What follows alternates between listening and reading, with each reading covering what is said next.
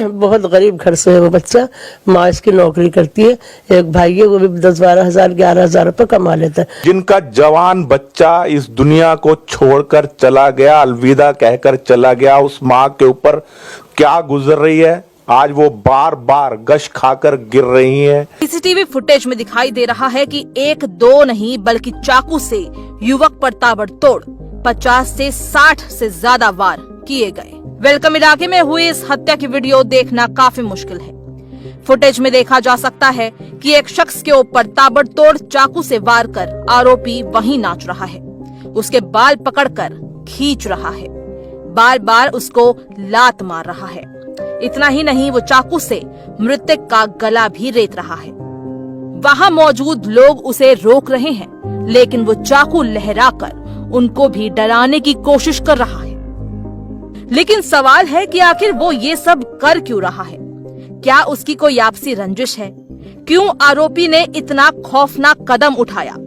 क्यों उसने इतनी बेरहम तरीके से इस युवक की हत्या कर दी? नमस्कार, इस वक्त मैं बैठा हुआ हूं जाफराबाद की गली नंबर 27 में।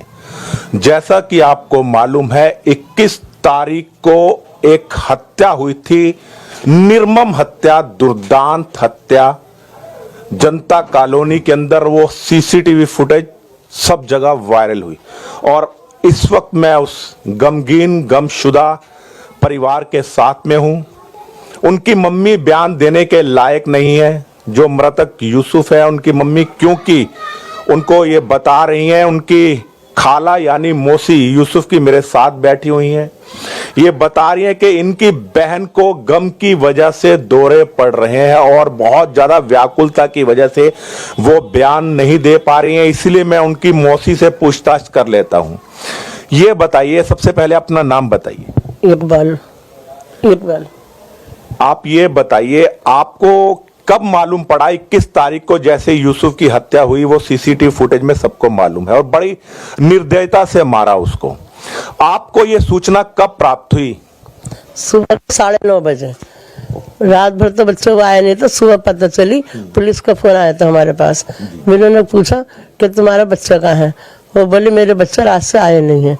इसकी माँ से बात हुई थी, उसने पुलिस वालों ने ये कहा कि ऐसा है, तुम्हारे बच्चे को छुरी लग गई है और तुम आ जाओ। तो वो गिर गई कि बोले छुरी लग गई, मेरे बच्चे तो बहुत छोटा, छुरी किसने मार दी?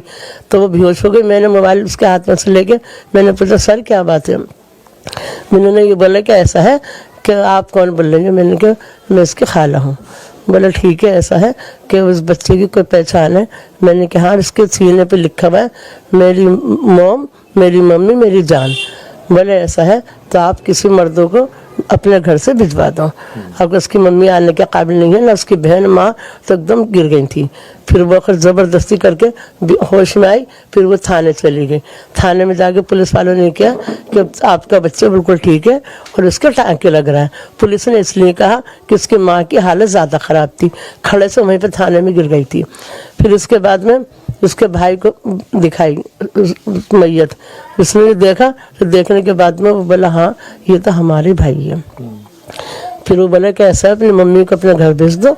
और मैं तो गई नहीं थी कि मैं तो आंखों से अंधी भी दिखता बहुत कम है। तो उसकी मम्मी गई थी, जाने के बाद में उसको वहाँ से लोग लेके आ गए। मर्द जो थे उन्होंने कहा ऐसा आप लोग GTV चले जाओ। वो जो आदमी थे वो सब GTV चले गए।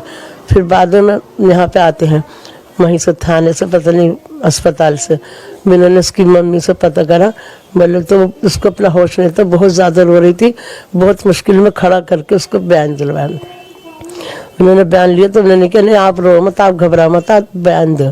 बोले मेरा बच्चा कल गया था 6 बजे, उसके बाद वो आया नहीं है और मेरा बच्चा राशन लेने। मतलब 21 तारीख की शाम को 6 बजे अपने घर से निकला था क्या लेने के लिए? आटा और दूध लेने के लिए निकला था। मतलब उसकी जेब में पैसे 300 रुपए उसकी जेब में थे, 50 रुपए उसके पास पड़े होंगे। मतलब 350 बरामद हुए हैं। तो ये बता रही पुलिस की, हमें तो पता नहीं। 300 रुपए लेके बच्चे ने खाए पीने राशन लेने के लिए गया था, आटा और दूध। ना तो आटा लेके आया ना दूध लेके आया। सुबह को जब फोन आया आया तो सब वहाँ पे अस्पताल पहुँचे। मुझे पता नहीं कौन से अस्पताल से आए थे उसकी माँ के बयान लेने के लिए। तो उन्होंने ये कहा कि तुम रो मत, तुम अपना बयान दो और ऐसा आपका बच्चा बिल्कुल ठीक है। इसके 2 टाँके लग रहे हैं पेट के अंदर और 2 टाँके लग के आ जाएगा। वो इसी भरोसे में बैठी है कि मेरा बच्चा सही है और आने वाला है। अब जब इसकी जिस वक्त आया है इसका जनाजा तो उसकी माँ का तो बहुत बुरा हाल हो गया। माँ का बहन का इसके सांसें रुक गई थी। घर पे जल्दी से डॉक्टर को बुलाया, खैर उसको गुस्ल वसल करवा के हम लोगों ने सबने रिश्तेदारों ने सबने मिलकर दफन मार करवा दिया। बहुत गरीब घर से है वो बच्चा। माँ इसकी नौकरी करती है, एक भाई है वो भी 10-12 हज़ार 11 हज़ार रुपये कमा लेता है। माँ भी 10-11 हज़ार कमाती है। किराए का मकान है। एक इसकी माँ है, एक ताहिर है, एक इसकी बहन है मुस्कान और एक वो सब में छोटा यूसुफ था। नौकरी पैसा है, किराए का मकान है इनका। बस और क्या बोलूं। आप ये बताइए, अब जिसने यूसुफ की हत्या की है, यूसुफ सिर्फ 16 साल 11 महीने का था और मारने वाला जो मुजरिम अपराधी फरदीन वो भी 17 वर्ष का बताया जा रहा है। और अब कानून की लचर व्यवस्था की वजह से शायद नाबालिग होने की वजह से वो दोबारा छूट जाए। तो आपको डर है कि दोबारा आने के बाद भी वो इस तरह के क्राइम करेगा या आपको धमका सकता है? नहीं, खैर हमें तो बेचारा बच्चे क्या धमकाएगा, क्योंकि हमारा तो कोई मैटर नहीं, ना कोई लेना ना कोई देना। बस हम तो ये चाहते हैं कि जैसे हमारी बहन की गोद उजले किसी माँ की और गोद नहीं उजले, क्योंकि सबके बच्चे सब ठीक रहे, वो बच्चे भी सुधर जाए, बच्चे भी ठीक हो जाए। हमें तो खाली इंसाफ चाहिए, इसकी माँ को इंसाफ चाहिए कि बस जो कानून करेगी वो अपने अच्छा सोच समझ के करेगी। इस बच्ची को तो इंसाफ मिलना चाहिए। बस हमारी तो ये दरख्वास्त है आपसे। देखिए किस तरह गमजुदा यूसुफ की खाला यानी मौसी ये कह रही है, हमें उस मारने वाले से कोई रंजिश नहीं है, ऊपर वाला उसको नेक बुद्धि दे, सद्बुद्धि दे। केवल ये इंसाफ की मांग कर रही है। लेकिन इनकी बहन आपसे बड़ी है, छोटी है? मुझसे छोटी, बहुत छोटी मेरे से तो। इनसे छोटी है, जिनका जवान बच्चा इस दुनिया को छोड़कर चला गया, अलविदा कहकर चला गया। उस माँ के ऊपर क्या गुजर रही है, आज वो बार बार गश खाकर गिर रही हैं। केवल घर में 2 भाई थे, एक बड़ा भाई बता रही है कि जीन्स की फैक्ट्री में धागे काटता है, जिसके साथ यूसुफ हेल्परी करता था, वही गुजर बसर करने वाले थे।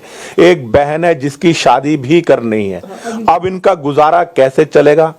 बस इतना ही कहना चाहता हूं, क्या नाबालिग होने के नाते उसको यह अपराध करने की छूट मिल गई है?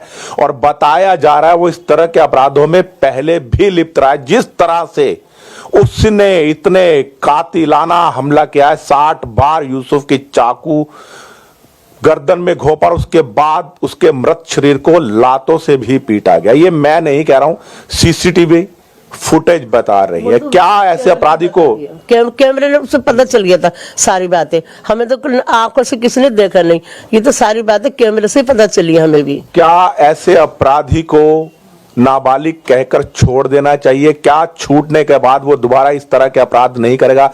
क्योंकि विश्वस्त सूत्रों से मालूम पड़ा है कि वो पहले भी इस तरह के अपराधों में लिप्त रहा है और ऐसे अपराधी को इस तरह की छूट नहीं मिलनी चाहिए। मैं गमशुदा परिवार के साथ जाफराबाद की गली नंबर 27 से संवाद नेशन के साथ राजेश भट्ट।